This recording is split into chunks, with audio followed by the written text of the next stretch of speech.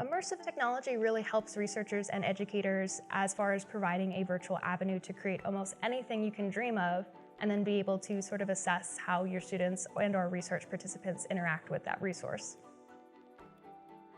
The Center for Immersive Experiences is a partnership between the Institute for Computational Data Sciences, Teaching and Learning with Technology, and the University Library Systems here at Penn State. We want working with CIE to be a true partnership between faculty, the content experts, and our development team, the technology experts. The roles of our development team include experienced designers, 3D modelers, graphic and fine artists, and programmers. So the center acts as a service provider to the university for educators and researchers to use the technology to better their own research and their education. When it comes to applying research to immersive technologies, we are looking at sort of a new way of actually collecting data, specifically in applying situations where we're able to collect more robust data for people when it comes to controlled situations. Being able to be in an isolated area with an individual and allowing you to collect information about the person and also where maybe their eye movements are going and things like that is a new avenue for a lot of researchers.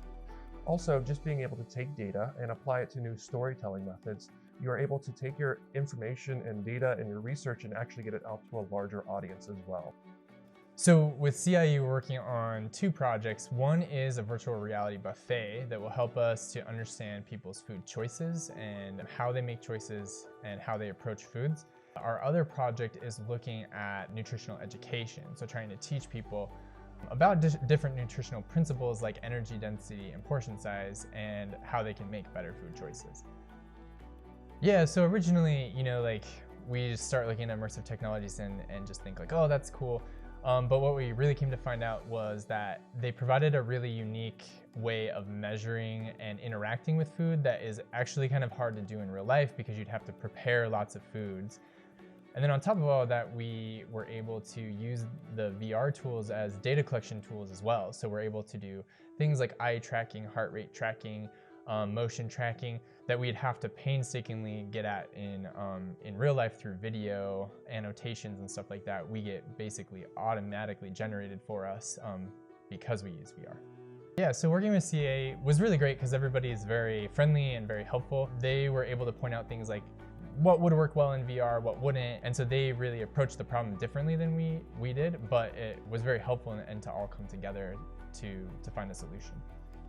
So I've been working on a project on immersive touring of different energy production sites. I've been working with CIE on that.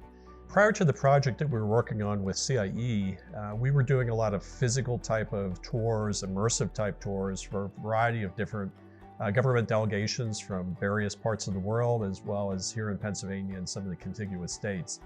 Immersive technologies allowed us a way using VR and working with CIE provided us a pathway to be able to deliver a similar type of a product, but in a less intrusive way and certainly less time and less cost. So we were able to take people to some of these energy development sites in a way that we had not maybe been able to do before. So working with CIE was a great experience. It was a way to pull together a bunch of different talents and expertise from across the university in a way that we could build a product that we could provide educational outreach to a great variety of audiences that we work with.